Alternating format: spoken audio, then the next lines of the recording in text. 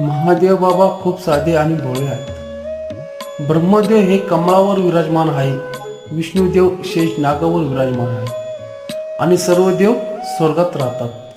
पण माझे महादेव बाबा मात्र कैलास पर्वतावर अगदी साध्या दगडावर विराजमान आहे. त्यांच्याकडे ना सोन्या चांदीचे दागिने ना भव्य राजवाडा. ते फक्त अंगावर भस्म, वाघाचे कातडे आणि गळ्यात सर्प धारण करतात.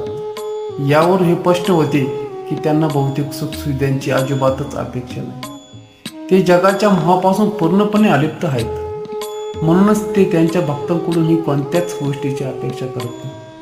त्यांना फक्त भक्ती आणि प्रेमाची भूक आहे.